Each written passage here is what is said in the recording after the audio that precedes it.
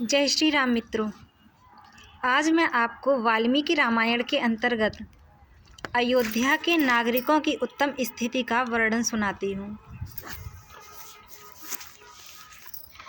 तामग्निमद्भिर्गुणवद्भिरावृतां द्विजोत्तमैर्वेद षडङ्गपारगैः सहस्रदैः सत्यर्तैर्महात्मभिमहर्षि कल्पैर्ऋषिभिश्च केवलैः। अर्थात अग्निहोत्री शमदम आदि उत्तम गुणों से संपन्न तथा 6 अंगों सहित संपूर्ण वेदों के पारंगत विद्वान श्रेष्ठ ब्राह्मण उस नगरी को सदा घेरे रहते थे। वे सहस्त्रों का दान करने वाले और सत्य में तत्पर रहने वाले थे। यहाँ लिखा हुआ है कि जो वहाँ के ब्राह्मण थे, उस पुरी में रहने वाले जो ब्राह्मण थे, वो सहस्त्रों का दान देने वाले और सत्य में तत्पर रहने वाले थे। आज ब्राह्मण कहते हैं कि आप हमें दान दो, ब्राह्मण के घर का खाना नहीं चाहिए, जबकि इसमें लिखा हुआ है कि स्वयं ब्राह्मण सहस्त्रों का दान करते थे।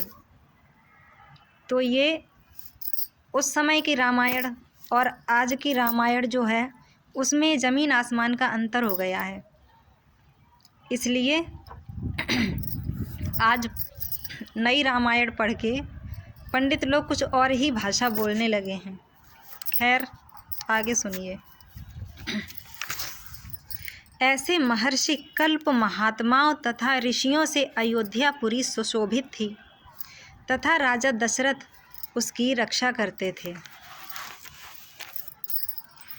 तस्यां पुर्याम् अयोध्यायां वेदवित् सर्वसंग्रहः दीर्घदर्शी महातेजाः पौरजानपदप्रियः। उस अयोध्यापुरी में रहकर राजा दशरथ प्रजा वर्ग का पालन करते थे। वे वेदों के विद्वान तथा सभी उपयोगी वस्तुओं का संग्रह करने वाले थे। दूरदर्शी तथा महान तेजस्वी थे। नगर और जनपद की प्रजा उनसे बहुत प्रेम रखती थी। यहाँ एक बात और गौर करने लायक है। इसमें लिखा हुआ है कि वहाँ की नगर और जनपद की प्रजा उनसे बहुत प्रेम रखती थी। इसका मतलब है कि महाराज दशरथ अपनी प्रजा को सब प्रकार से सुखी रखते थे, इसीलिए तो वहाँ की जनता अपने राजा को प्रेम करती थी।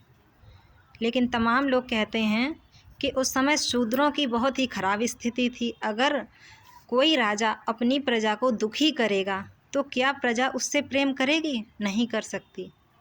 प्रजा राजा को प्रेम करे, इसका मतलब है कि राजा अपनी प्रजा का पूर्ण रूप से ख्याल रखता था।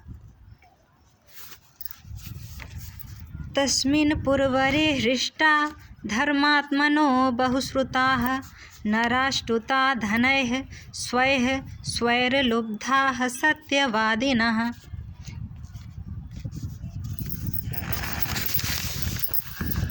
अर्थात उस उत्तम नगर में निवास करने वाले सभी मनुष्य प्रसन्न, धर्मात्मा, बहुश्रुत, निर्लोभ तथा अपने अपने धन से संतुष्ट रहने वाले थे। न अल्प सन्निचयः कश्चिदासीत् तस्मिन् पुरोत्तमे कुटुम्बीयो ह्यसिद्धार्थो अगवाश्वधन धान्यवान। अर्थात उस श्रेष्ठ पुरी में कोई भी ऐसा कुटुंबी नहीं था जिसके पास उत्कृष्ट वस्तुओं का संग्रह अधिक मात्रा में न हो, जिसके धर्म, अर्थ और काममय पुरुषार्थ सिद्ध न हो गए हों तथा जिसके पास गाय, बैल, घोड़े, धन धान्य आदि का अभाव हो। इसका मतलब है कि उस नगरी में सभी लोग धन धान्य से परिपूर्ण थे। जब वो लोग गाय, बैल, घोड़े इत्यादि पालते थे, इसका मतलब है कि वो गरीब नहीं होंगे। उस समय की प्रजा दुखी, गरीब नहीं थी। जब हम सभी प्रकार से संपन्न होते हैं तभी हम जानवरों को भी अपने पास रख पाते हैं और उन्हें खिला पाते हैं। तो इससे आप समझ सकते हैं कि त्रेता युग में महाराज दशरथ के समय में प्रजा किसी भी प्रकार से दुखी नहीं थी, चाहे वो किसी भी वर्ग का हो। सर्वे नराश्च नार्यश्च धर्मशीला संयताः मुदिताः शीलवृत्ताभ्याम महर्षय इवामलाः।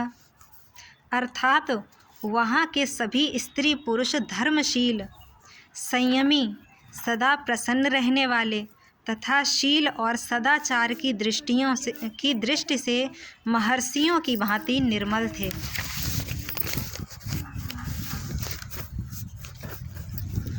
न कुंडली नास्त्रग्वी नाल्पभोगवान नामृष्टो न लिप्तांगो न सुगंधश्च विद्यते। अर्थात वहाँ कोई भी कुंडल, मुकुट और पुष्पहार से शून्य नहीं था। वहाँ कोई भी मनुष्य ऐसा नहीं था जिसके पास कुंडल, मुकुट और पुष्पहार न हो। किसी के पास भोग सामग्री की कमी नहीं थी। कोई भी ऐसा नहीं था जो नहा धोकर साफ सुथरा न हो, जिसके अंगों में चंदन का लेप ना हुआ हो तथा जो सुगंध से वंचित हो। अर्थात उस समय के लोग बहुत ही नियम और संयम से चलने वाले थे।